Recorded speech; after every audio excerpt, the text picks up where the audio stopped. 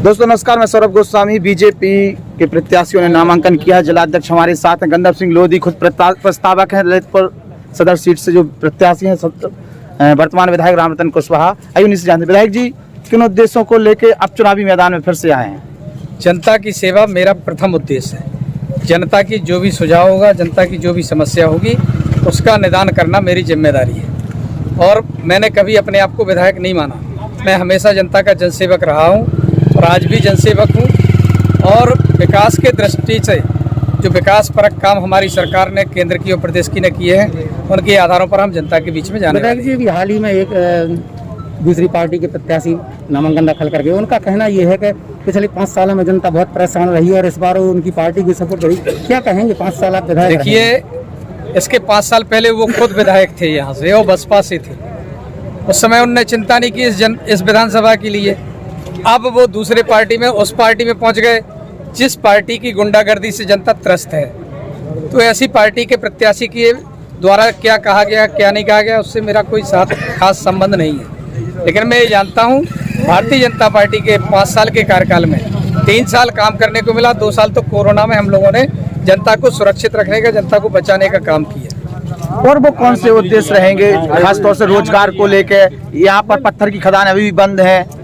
देखिए, पत्थर की खदानों के संबंध में हमारी सरकार ने बहुत कुछ कर दिया है। किसी कारण से वन विभाग की लापरवाही के कारण वो शुरू नहीं हो सकी।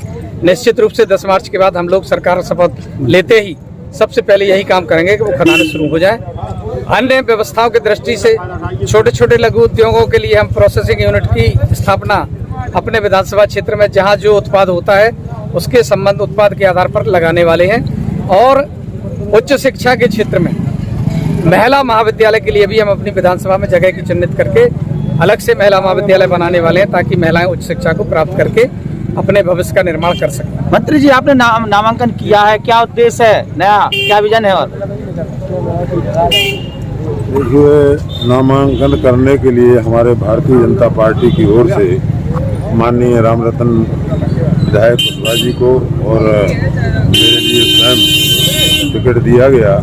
आज पर्चा भरा गया है और पार्टी पूरे संपूर्ण रूप से एक साथ होकर के अपना काम कर रही है। और हमारे देश के प्रधानमंत्री माननीय नरेंद्र मोदी जी के द्वारा और उत्तर प्रदेश के यशस्वी मुख्यमंत्री जी के द्वारा इतनी योजनाओं जो दी गई पहले, उन योजनाओं का लाभ हर गरीब श्रमिक के लिए मिल रहा है। और किसान के लिए जो उनके लिए प्रधानमंत्री किसान सम्मान दिया जा रहा है। और इसके अलावा कई काम रोडों का जाल बिछा दिया गया है। और आपने सुनाई है और देखा है कि गैस सिलेंडर, चूल्हा, आवास, शौचालय, आयुष्मान कार्ड और आय दुगनी करने के स्रोत। अभी एक विपक्षी पार्टी के जो प्रत्याशी नामांकन दाखिल करके, उनका कहना है कि भाजपा की सरकार में आम जनता महंगाई से त्रस्त है और वो काफी परेशान रही है। ऐसे में अब जनता उनकी पार्टी को वोट देने का मन बना रही। क्या कहेंगे आप अपने क्षेत्र के बारे में? भारतीय जनता पार्टी के लिए आम आदमी, आम जन खुश है और भारतीय जनता पार्टी को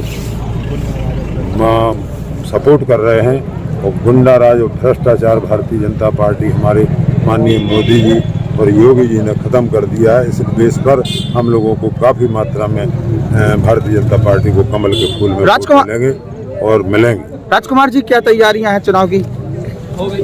हमारे यहाँ चुनाव में पूरे बूथ तक की सारी व्यवस्थाएं बिल्कुल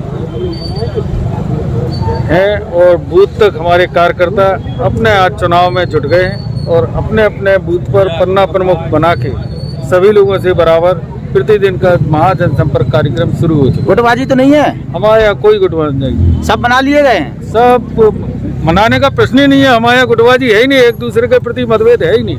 सभी पार्टी की विचारधारा पे काम करने वाले व्यक्ति। गंधर्व जी, नाराजगी की बातें सामने आ रही थी, आज आप ही प्रस्तावक हैं। ऐसी कोई बात नहीं थी, क्योंकि मैंने भी अपनी प्रत्याशिता की थी।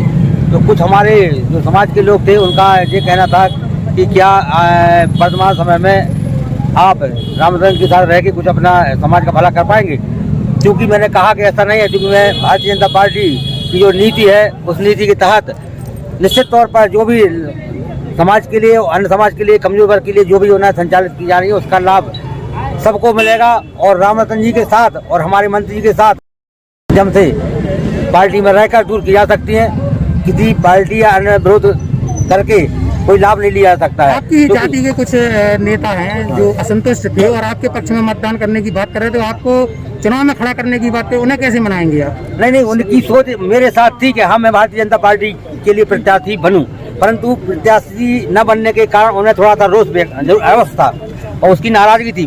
परंतु हमने उनको संतुष्ट करके कि क्या आप अलग रह के क्या लाभ ले सकते हैं, जब तक सत्ता पार्टी के साथ और हमारे दोनों विधायकों के साथ रह के तो हम लाभ ले सकते हैं और जो भी तुम्हारी कमी बेसियाँ हों उनका परेशानी को दूर कर सकते हैं। तो वो सभी संतुष्ट हो गए हैं और वर्तमान समय में हमारे जितने भी हमारे साथ जुड़े हुए थे नेता और हमारे समाज के और अन्य समाज के जो लोग मेरे साथ जुड़े हुए थे वे सब भारतीय जनता पार्टी के साथ हैं और सभी हमारे रामरतन कुशवाहा जी के साथ और मैरोनी क्षेत्र में हमारे मंत्री जी के साथ हैं और वोट करेंगे और भारी बहुमत से जिताने का प्रयास करेंगे। 10 मार्च का क्या दृश्य होगा विधायक जी? 10 मार्च कमल खिलेगा, सब जगह भगवा ही भगवा दिखेगा, ये बिल्कुल विश्वास मानिए। बहुत बहुत धन्यवाद। रामरतन कुशवाहा जी बेरोजगारी के बारे में क्या नामांकन किया है, मंत्री मनोहर लाल पंत और गंदम सिंह लोधी के जो विवाद की बात आई थी वो भी कहीं ना कहीं अब थमता हुआ नजर आ रहा है। भारतीय जनता पार्टी एकजुट होकर अब चुनावी फेज में जाएगी। बहुत बहुत हमारे YouTube channel the Bundelkhand post को सब्सक्राइब करें